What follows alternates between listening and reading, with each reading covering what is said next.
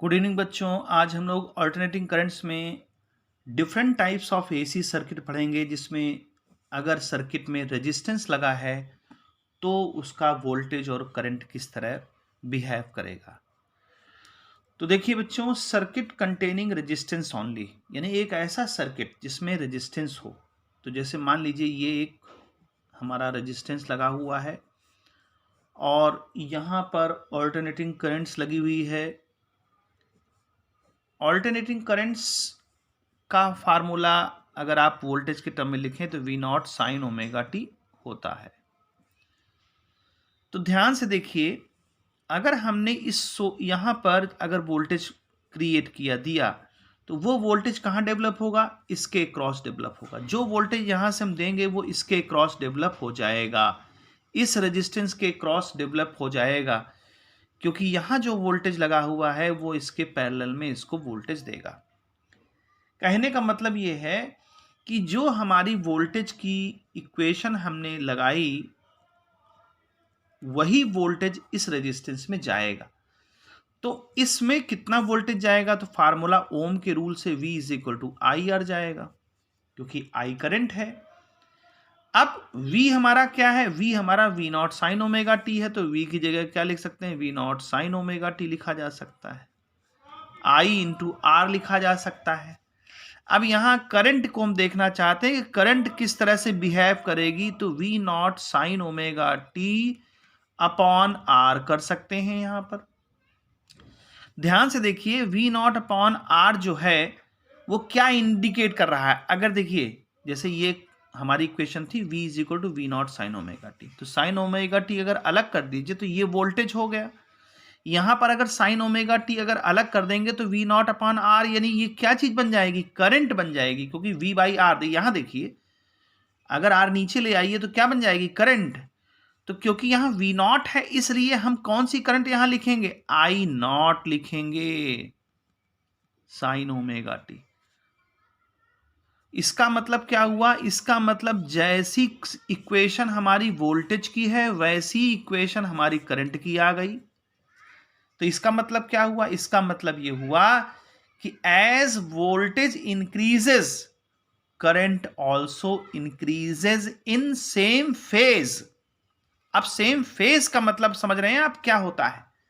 Same phase का मतलब होता है कि जो जैसा जितने समय में हमारा वोल्टेज इंक्रीज कर रहा है उतने ही समय में करंट भी इंक्रीज कर रही। देखिए, जैसे ये है, मान लीजिए वोल्टेज का ग्राफ हमने बनाया, वोल्टेज ऐसे इंक्रीज कर रहा है, ये वोल्टेज इंक्रीज कर रहा है, ठीक है, इंक्रीज कर रहा है। इसका V हमने दे दिया, ओमेगा टी टाइम हमारा यहाँ क्या? देखिए ओमेगा टी, चूंकि टाइम क्या है? एंगल है, होता है साइन, वो जब हमारा घूमता है अल्टरनेटिंग करंट्स उस हिसाब से होता है, वो कभी हम डिटेल में डिस्कस कर देंगे आपको।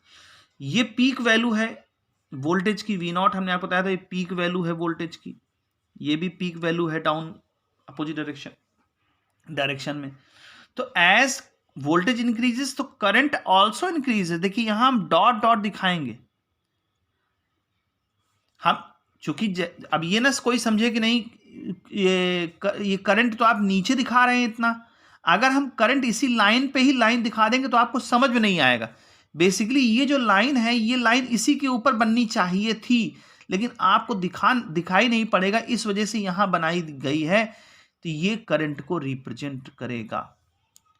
जैसे जैसे वोल्टेज बढ़ेगी उतने ही मैग्नीट्यूड में करंट भी बढ़ेगी। तो इसका मतलब क्या हुआ? सेम फेज, इसको बोलते हैं सेम फेज, क्योंकि फेजर डायग्राम भी पूछा जाता है। तो ऐसे भी बना सकते हैं फेजर डायग्राम और ऐसे भी बना सकते हैं। ये हमने एक तीर का निशान एरो बना लिया वोल्टेज के लिए, तो करंट को भी इसी में ही बना दीजिए। भले ही फेज कुछ भी हो, एंगल कुछ भी बन रहा हो, फेज एंगल कुछ भी हो, उससे कोई मतलब नहीं है। तो जो वोल्टेज का चलने का तरीका होगा, इंक्रीज करने का तरीका होगा, डाउन होने का तरीका होगा, उसी तरह से करंट का भी इंक्रीज होने का तरीका होगा, डाउन होने का तरीका होगा, सब कुछ वैसा ही होगा।